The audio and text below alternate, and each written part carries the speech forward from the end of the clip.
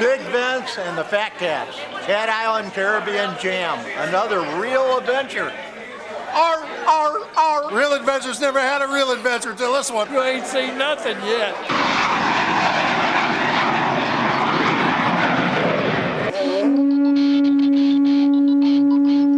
This week on Real Adventures, we're gonna be down in the southeastern Bahamas on Cat Island. We're gonna start off with some world-class, top-notch diving. We're gonna be in caves, not big caves, little caves, tiny caves, where you're like sneaking through, wondering where and how you're gonna get out. We're gonna be on walls looking at big sponges and soft corals. Then we're gonna take a long trip to the north end of the island of Pigeon Key. And we're gonna be fishing for some big old bonefish. And as soon as we get done chasing those ghosts of the flat, we're gonna head back to the south. We're gonna fish an amazing blue marlin tournament right out of Cat Island. So stick around for another real adventure. Today, guys, we're gonna go out to the playground. It's probably about a 15-20 minute boat ride. Playground's a wall dive. So the bottom off the wall is about 1,000 feet. So we wanna be careful when we're descending, just to make sure that, we regulate our descent. Randy, he's the dive master. And you know what? This guy is a world-class diver. Awesome guy. He knows the reefs inside and out. He knows where all the good spots are. Randy's a professional. He keeps his boats immaculate, clean, in perfect working order, and safety's #1. When we get off the boat, we'll have a tagline off the back. If you guys want to drift back and hang on the tagline, let's wait for everybody and kind of go down together, because this is a tunnel dive. A lot of times what I find is when we're in the tunnels, the sharks hear you and they swim around outside the wall. So they're kind of like wondering what's roosting the fish up in the tunnels. Actually, these tunnels burst out into the wall. So we'll be inside the reef and we'll just swim right outside in the wall. A lot of times you'll see the shark there. The biggest thing is, remember, 1,500, half tank, and we got to do a safety stop. 3 minutes at 15 feet. Okay, let's go catch a larger. Let's go catch a crawfish. Let's go catch a few crawfish. A few crawfish. You got that right. You guys get ready for another real adventure. We in Cat Island. Down home, Cat Island. It's amazing when you can get on a plane right out of West Palm Beach or Fort Lauderdale and take a short 300-mile flight to the southeast. Cat Island is just this rustic, beautiful island set all by itself. It's easy to get to, and there is just so much to do there. There's not a lot of nightlife, there's not a lot of bars and hip hop, but if you're into real life, you're into real fun, and you're into a real adventure, then Cat Island has everything that you need. Bye guys, have fun. Okay. Catch me a mermaid. We pulled up, hooked onto the ball. I threw on my gear and in the water I went, literally as fast as possible. Randy hit the water, I hit the water, and down we went. It was about 100 feet, maybe 110. And when you get close, when you just get in on the coral, they're actually moving, they're alive. You know what, there's nowhere in the world got more beautiful coral than Cat Island. So once you get past looking at the coral, then you just back up and look, and there's just herds of little fish, small bluefish, redfish, greenfish, the abundance of life. At one point I'm out in the sand and I look and there was a monster hogfish. A lot of people call them hog snapper. They're actually a hogfish. They're a member of the wrasse family. Extremely good to eat, but you know what? That fish was great just to watch. Getting ready to go down into a cave system, and a big tiger grouper just comes swimming right along, swims into the cave, basically like a host into his living room. I didn't do a lot of videoing while I was in that cave because it's very serious. #1, you don't want to get lost. B, you want to pay attention to what's going on. So I handed the camera to Dustin, and as I got into that cave, we found ourselves in an amazingly tight little area. I could see light at the end of the tunnel, and we were actually going down. We had about 1,500 pounds of air left, and I could see light at the end of the tunnel, and we're sneaking around, and at one point I could literally hear Dustin behind me laughing, thinking, what have you gotten me into?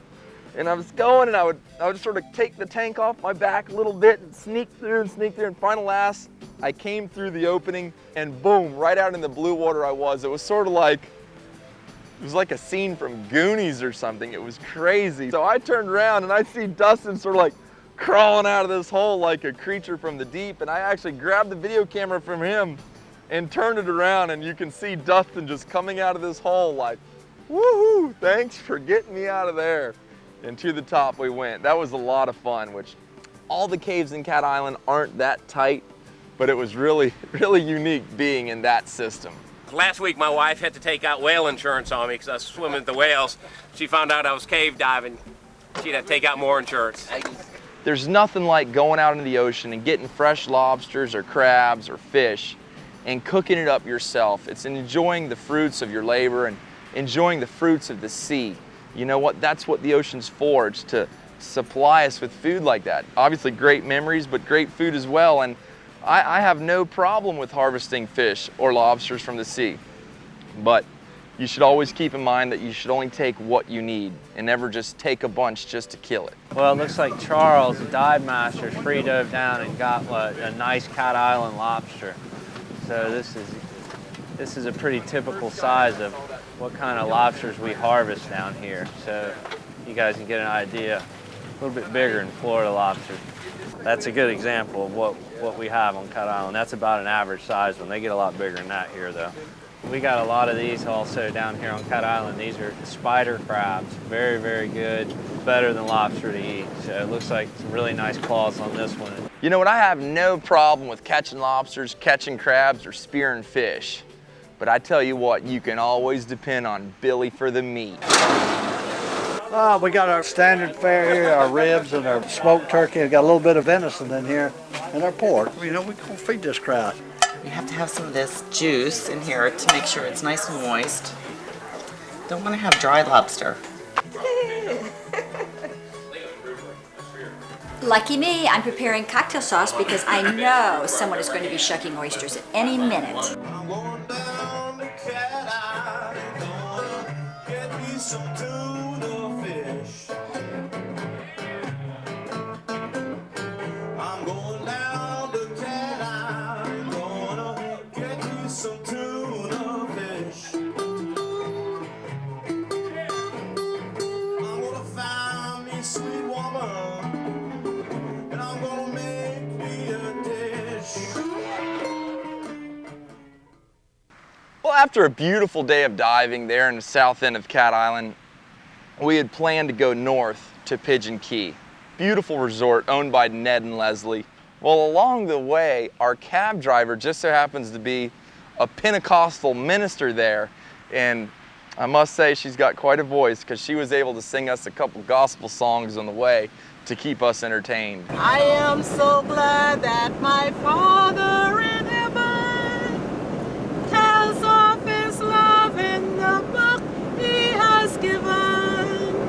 Wonderful word in the Bible I sing. That is the dearest that Jesus loves me.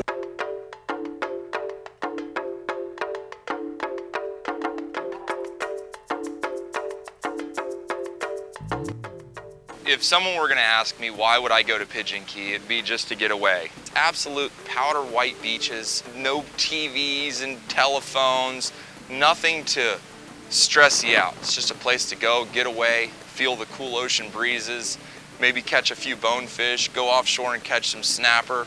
But more importantly, it's about relaxing. It's about eating some good island food, having nice service, and you can just get away, relax, and enjoy life.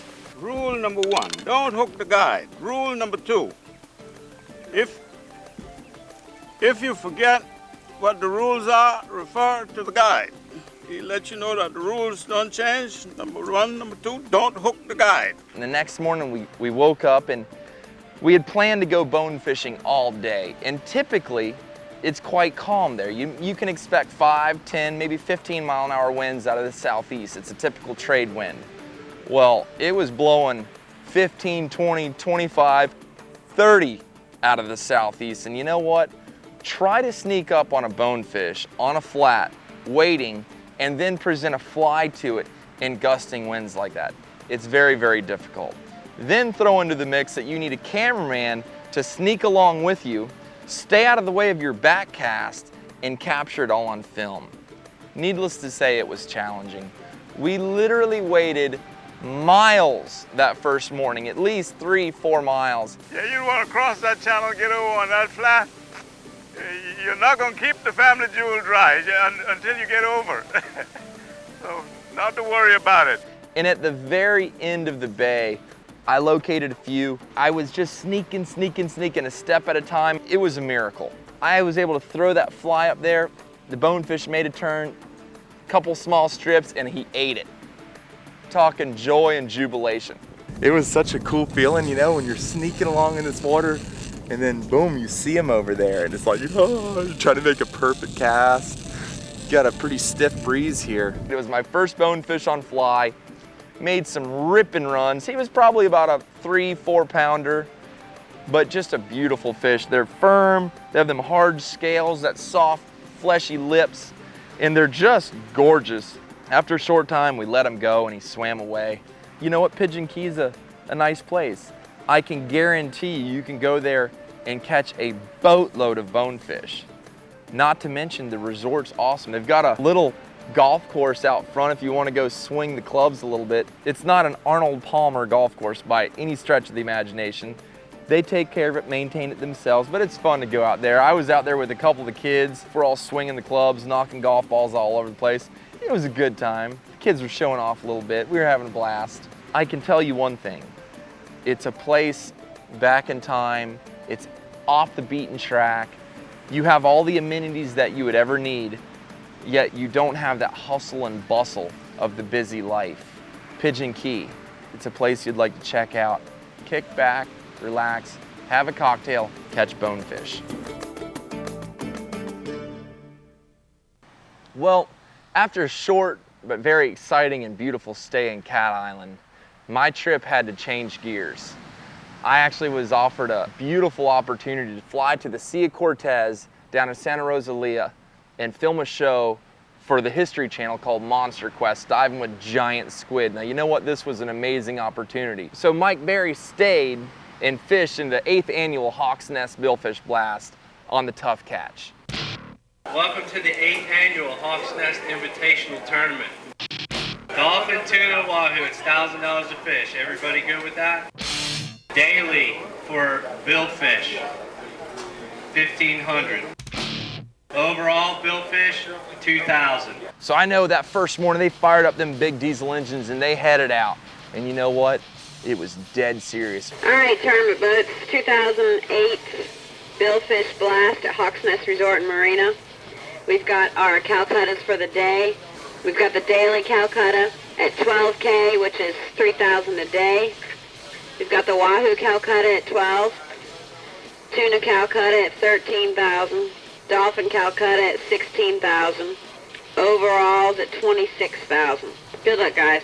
Bimini starts 7:30 right out front. Lines in at 8 o'clock. Put out the teasers, you put out the baits, and you put out a couple lures, and they started trolling. High expectations. You're looking for a blue marlin, you're looking for white marlin, you're looking for sailfish, or you're looking for the biggest dolphin or wahoo or tuna. We're about 10 miles off the north tip of Cat Island. 2008 Hawks Nest Invitational Championship. First day of fishing, trying to get our first fish. Well, you know, with the first day, everyone's trying to get a feel for what's going on, where the bite's at. And when they put the lines out, they had high expectations. And day one really was a good day. They were able to score 2 releases on white marlin. They were able to catch a big wahoo and a really nice tuna. As well, they saw a huge 400, possibly 500 pound blue marlin sunning. So after an action-packed, exciting first day where they caught some really nice fish, the excitement and the expectation for day 2 was even higher. So they returned to the marina.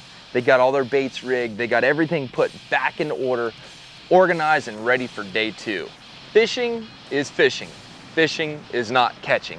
And on day 2, they were fishing. They had a big boat ride. They didn't do that well, but you know what?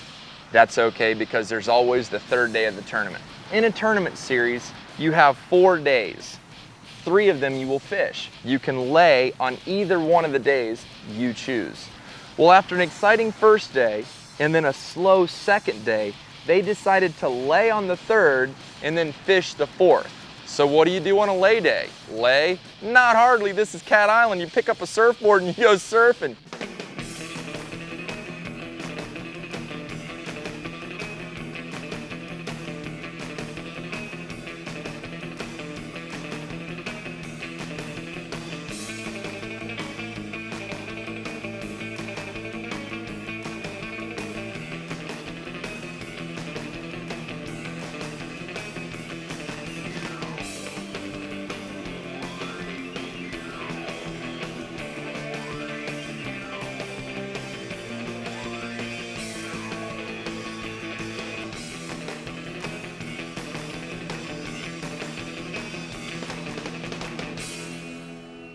Look out for your flat bait. Here comes another one in on the mackerel. Wow, we got another dolphin on here. Here they come up the middle. Here comes another one. Here comes another one down sea. Look at, there's like 3 or 4 20 or 30 pounders all over this guy. There's a whole mess of them with him. Oh, he just got it.